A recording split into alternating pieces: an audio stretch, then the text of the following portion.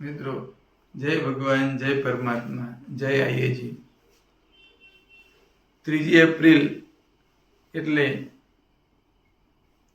અને શુક્રવાર તો બે પુણ્યતિથિઓ। એમાં આપણે છત્રપતિ શિવાજી મહારાજની પુણ્યતિથિની વાત કરી અને બીજી પુણ્યતિથિની આપણે વાત કરતા હતા, એટલે કે ગુડ ફ્રાઈડે। ગુડ ફ્રાઈડે પણ પુણ્યતિથિ છે। આમ જોવા જઈએ તો ગુડ ફ્રાઈડેનો ગુજરાતી કરીએ તો સારો શુક્રવાર, પરંતુ સારો શુક્રવાર તો કઈ રીતે પછી સમજીએ, પણ શોકમય શુક્રવાર હતો, શોકનો દિવસ હતો। એ દિવસે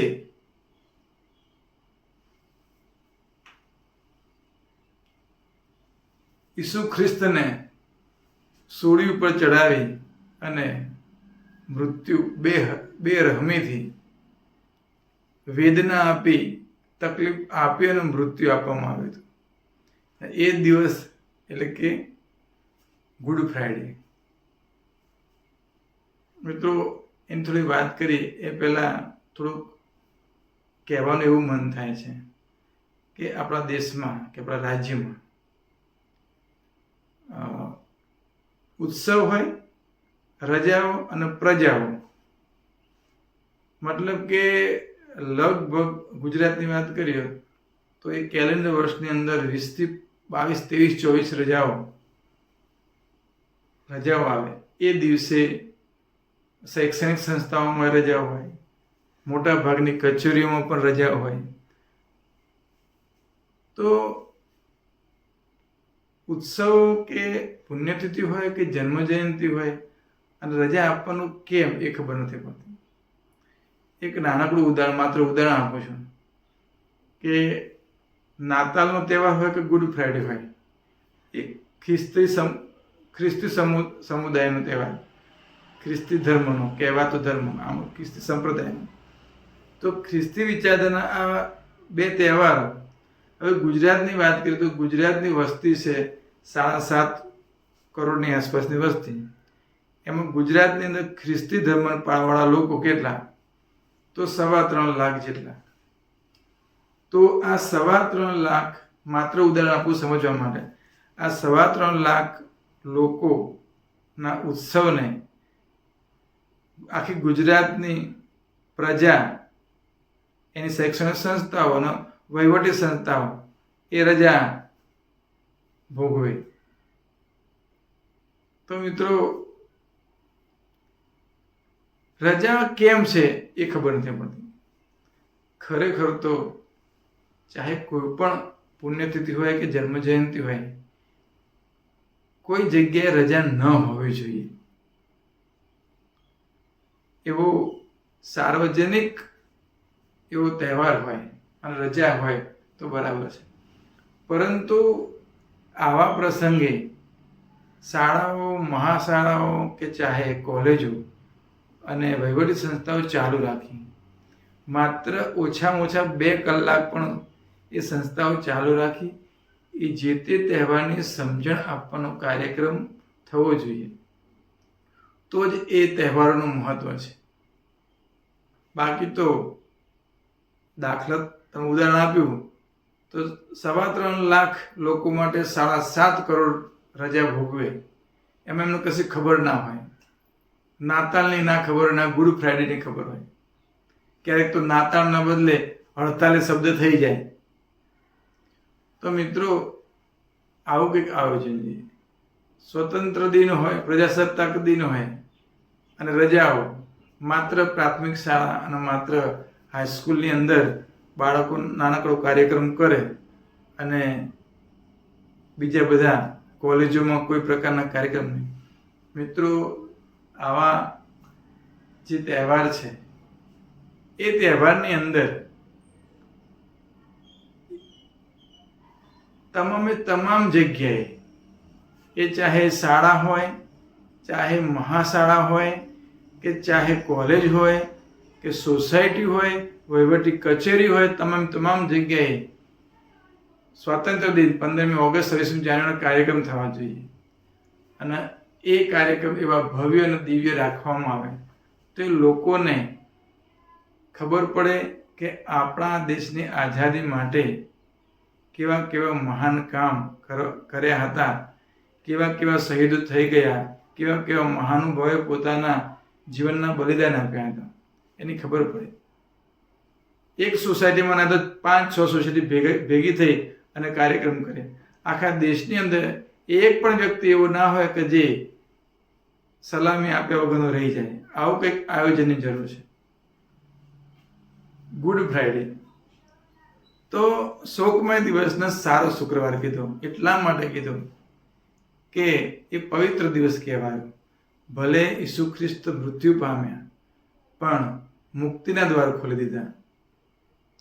પસ્તાવો થયો અને પસ્તાવો થયો તો એ ઉપદેશ ગ્રહણ થયો અને એના કારણે લોકોના જીવન પવિત્ર બન્યા.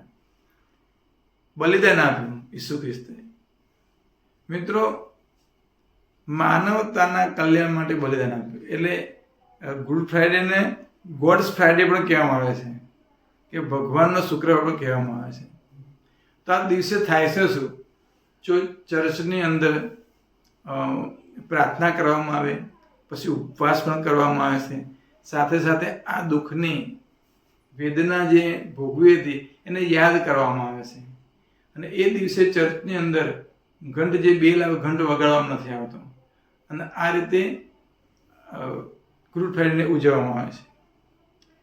ગુડ ફ્રાઈડેના 3 દિવસ પછી, એના પછીનો જે રવિવાર આવે એને ઈસ્ટર સન્ડે કહેવામાં આવે.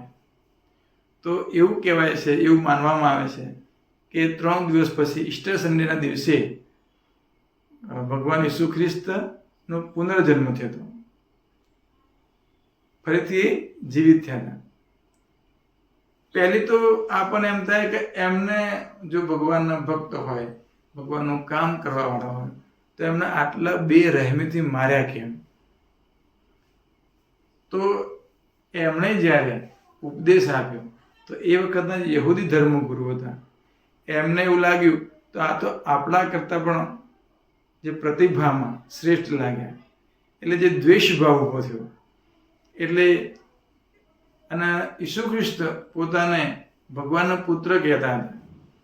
તો આ યહૂદીના જે ધર્મગુરુ હતા એમણે રોમન સામ્રાજ્ય સીઝર આગળ ફરિયાદ કરી અને થોડી ખોટી વાતો કરી અને એવું કીધું કે ભાઈ આ તો યહૂદીના રાજા બનવાની વાતો કરે છે અને ખોટી ખોટી વાત ફેલાવે છે, ખોટા ઉપદેશ આપે છે.